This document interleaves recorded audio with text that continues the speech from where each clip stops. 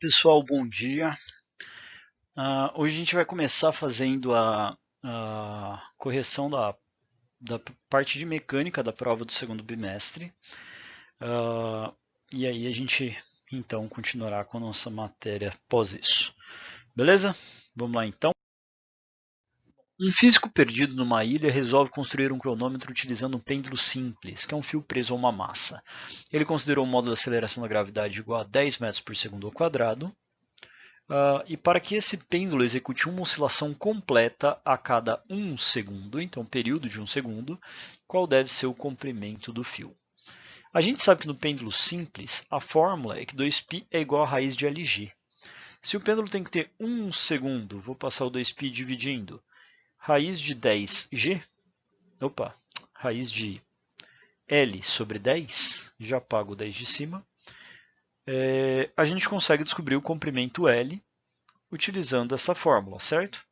Então agora a gente vai elevar os dois lados ao quadrado, vai ficar 1 ao quadrado 1, 2 ao quadrado 4, π ao quadrado, e aí raiz elevada ao quadrado desaparece.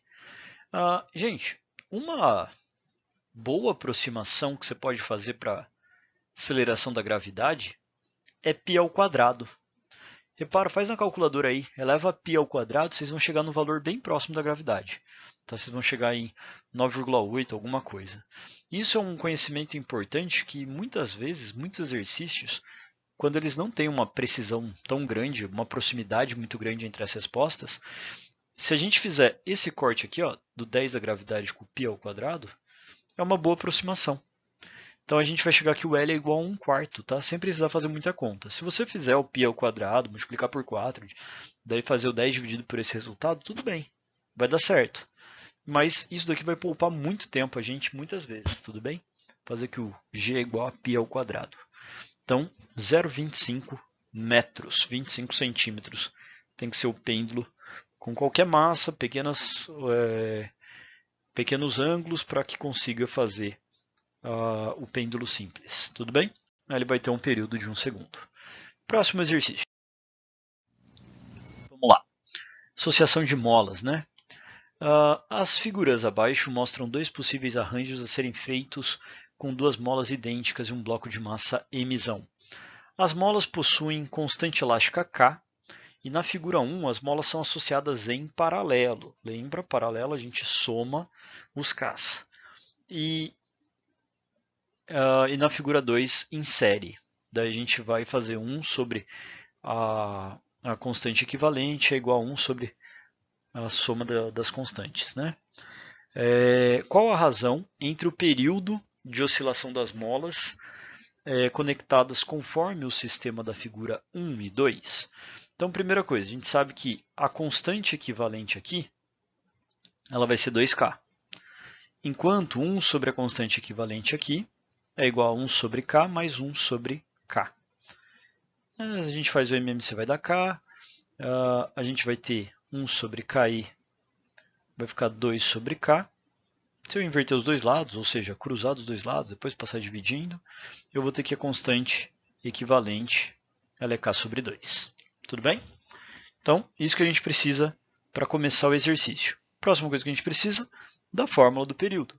Então, período é igual a 2π raiz de mk. A massa é igual nos dois. 2π é constante. A única coisa que muda é o k. Então, ele quer a razão de T1 para T2. Quanto vale T1 para T2? Repara que vai ficar 2π. M é igual a K1 dividido por 2π. O M que é igual nos dois, K2. Tá bom? 2π corta com 2π. Aqui a gente vai ter raiz de M, K1 vezes, multiplica pelo inverso da segunda, K2M, corta M com M. Ok? Então, a razão entre os períodos vai ficar K2. Qual que é a constante equivalente do 2? É K sobre 2, dividido pela constante equivalente do 1, que é 2K. Ok? Então, olha lá. Mesma coisa, vou multiplicar a primeira e vou copiar a primeira e multiplicar pelo inverso da segunda, 1 sobre 2K, tá bom? De forma que vai cortar o K com K, vai ficar raiz de 1 quarto. Então, esta razão ela é igual a meio segundo. Opa, troquei o 2 com S aqui. Meio segundo, letra C. Talvez a alternativa de vocês mudou de posição em relação à minha, porque tinha embaralhamento lá. Mas é meio segundo. Tudo bem? Próximo exercício. Vamos lá. Duas cordas de diferentes densidades lineares, uma corda mais grossa e outra mais fina, são emendadas conforme a figura. Um pulso produzido na extremidade livre, na esquerda, que é a corda mais fina, se propaga com velocidade v, até encontrar a junção das duas cordas.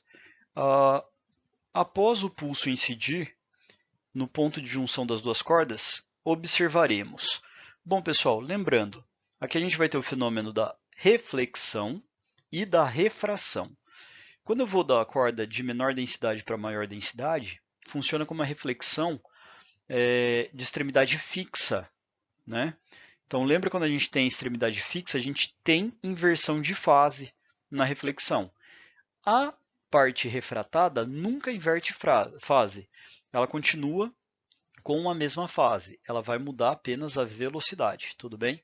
Então, letra A, os fenômenos da reflexão do pulso da corda mais fina e da refração do pulso da corda mais grossa, ambos sem inversão de fase, falso, né? Porque vai ter inversão de fase na reflexão. Tanto do pulso refletido quanto do pulso refratado e ambos com a mesma velocidade v. Mentira, porque na refração também muda a velocidade, tá? Letra B. Os fenômenos da reflexão do pulso na corda mais fina, verdade. Inversão de fase do pulso refletido, verdade. Manutenção da velocidade do pulso incidente, né? Nessa reflexão, a velocidade é a mesma, é verdade. E a refração do pulso na corda mais grossa, verdade. Sem inversão de fase, verdade. Do pulso refratado, com velocidade diferente do pulso incidente. Letra B está correta. Tudo bem? Letra C está errado porque o fenômeno da continuidade do pulso da corda mais fina, sem inversão de fase do pulso, porém com velocidade de propagação diferente do pulso incidente. Na corda mais fina, não, a gente não tem a continuidade, né? A gente tem a reflexão, ela volta e inverte a fase ainda, tudo bem? Letra D, o fenômeno da refração do pulso na corda mais fina. Não, ela é na corda mais grossa a refração e a reflexão na mais fina. Ele está invertendo as coisas aí. Na reflexão ela tem que voltar de onde veio. Como que ela volta de onde veio na mais grossa se ela veio da mais fina? Não tem como. Então, letra E, os fenômenos da refração do pulso na corda mais fina também está errado, né? Reflexão na corda mais fina, refração é da corda mais grossa. Refração é mudança de meio, gente. Então ele não pode voltar para o mesmo meio sofrendo refração. Beleza? Vamos para o próximo. Bom, as ondas são aquelas que a direção de propagação é perpendicular à de vibração. Então, que ondas que eles estão falando que são perpendiculares? São as ondas transversais, tudo bem? Então a gente já elimina a letra C e a letra D. Já as ondas são aquelas que a direção de propagação coincide com a direção de vibração, longitudinais. Tá? Então não elimina mais nada aí, além da C e da B. O som é um exemplo de onda longitudinal. Né? O som é um exemplo de onda longitudinal que não se propaga no vácuo por ser mecânica. E diferente da luz, que é uma onda transversal, assim como todas as ondas eletromagnéticas que se propagam no vácuo. Tudo bem? Próximo exercício.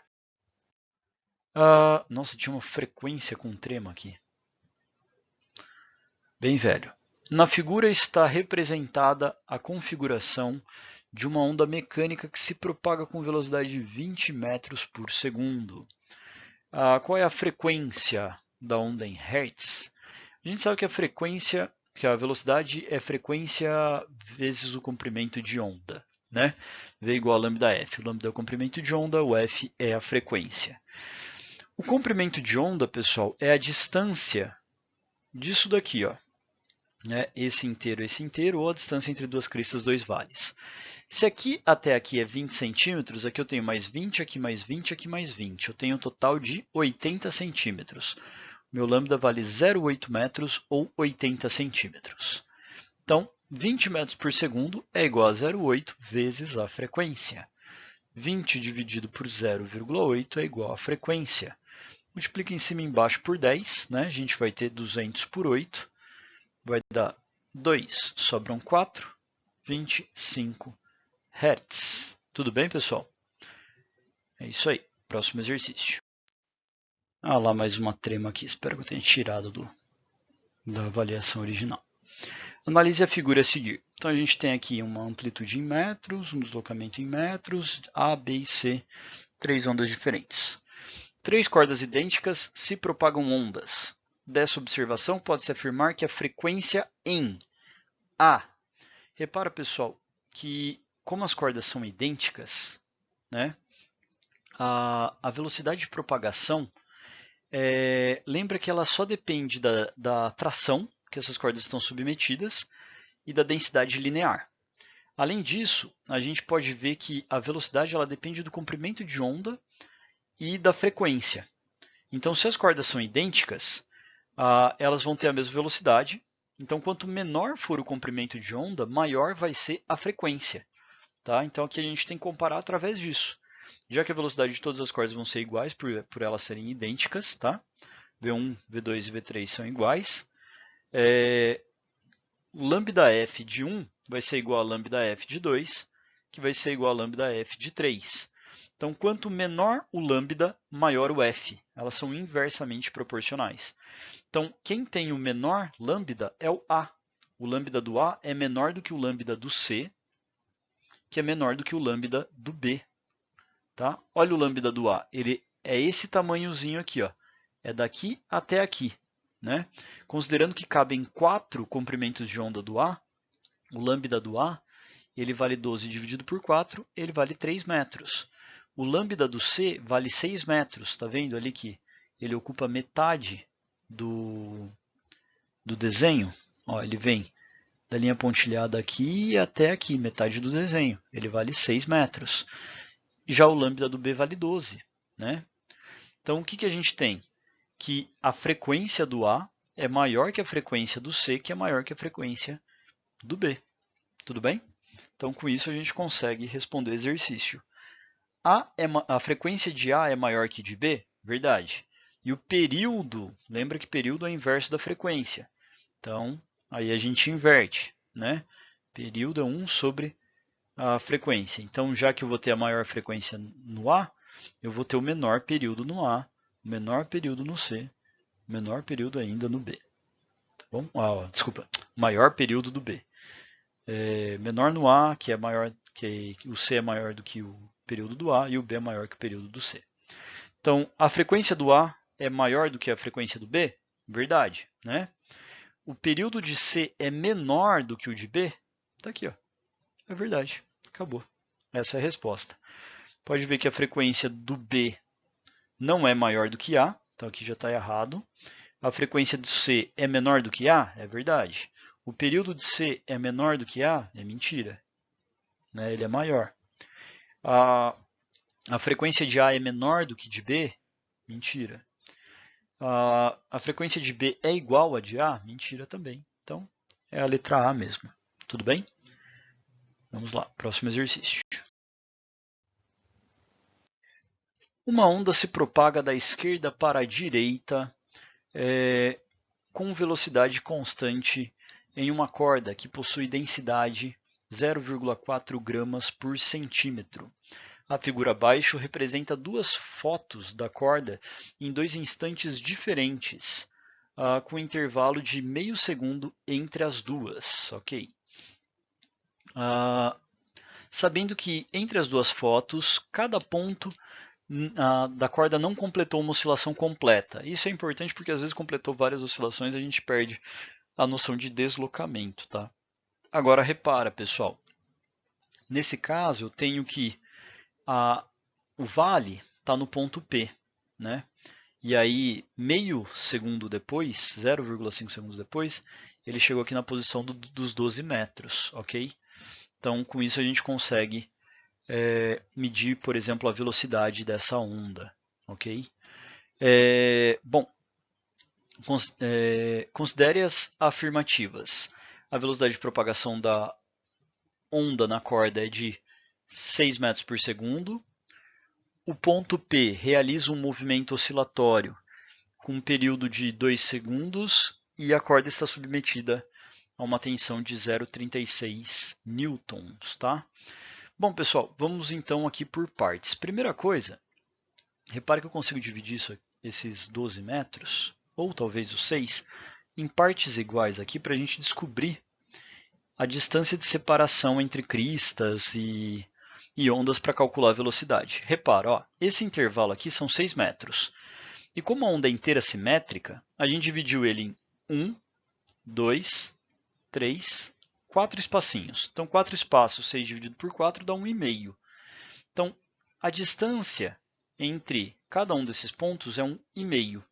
Então, ó, aqui é 1,5, aqui é 3, aqui é 4,5, aqui é 6, aqui é 7,5, né?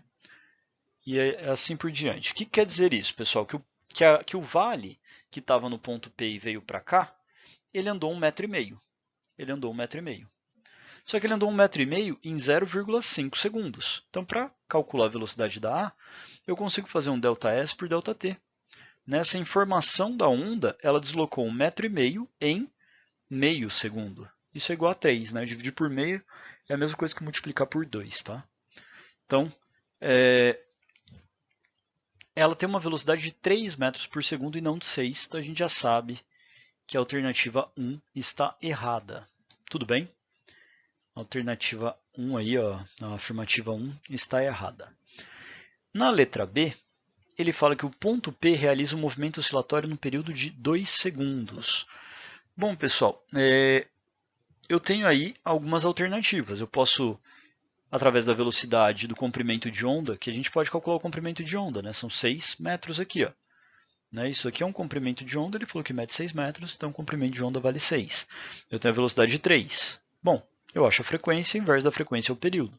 Eu acho que é o jeito mais fácil da gente fazer. V igual a lambda F. 3, comprimento 6, frequência vai dar meio, 1 sobre 2. O período é o inverso da frequência, é 1 sobre frequência.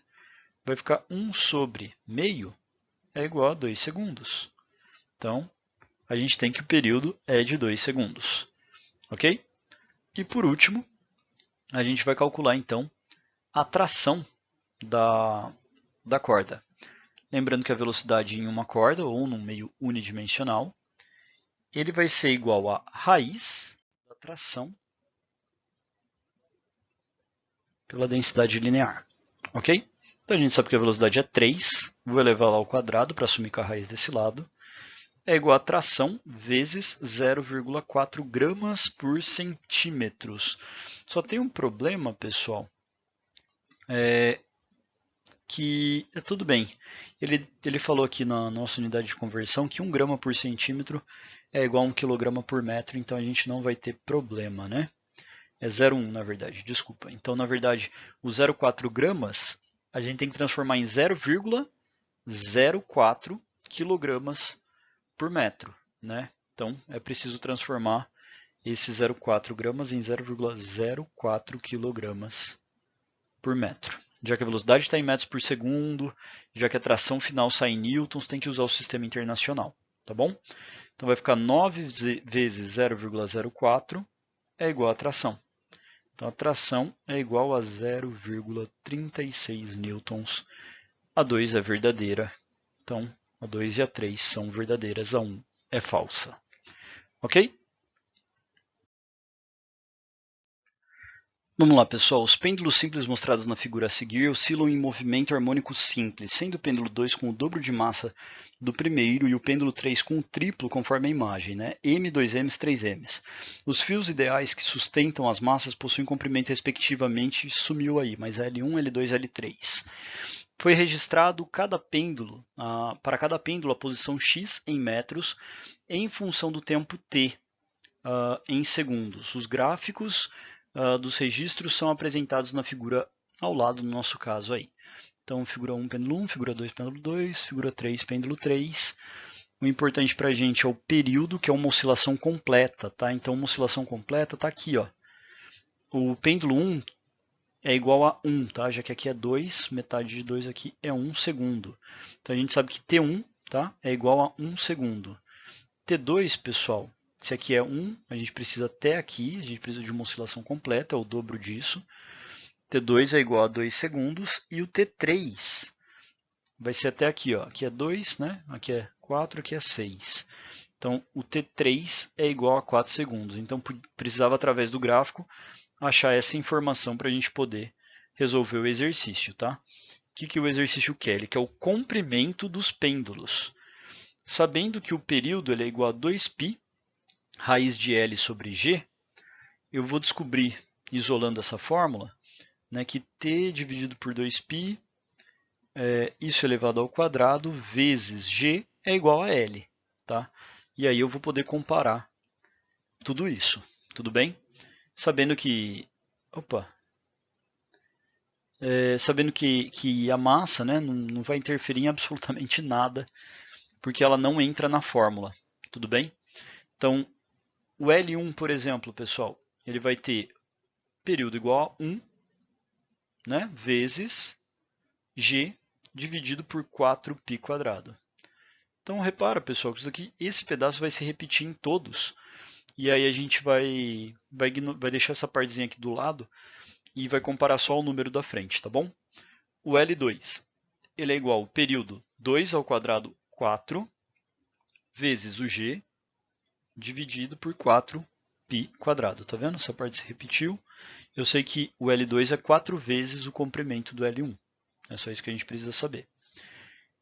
E o L3, ele vai ser o período 4 ao quadrado 16 vezes G dividido por 4π ao quadrado.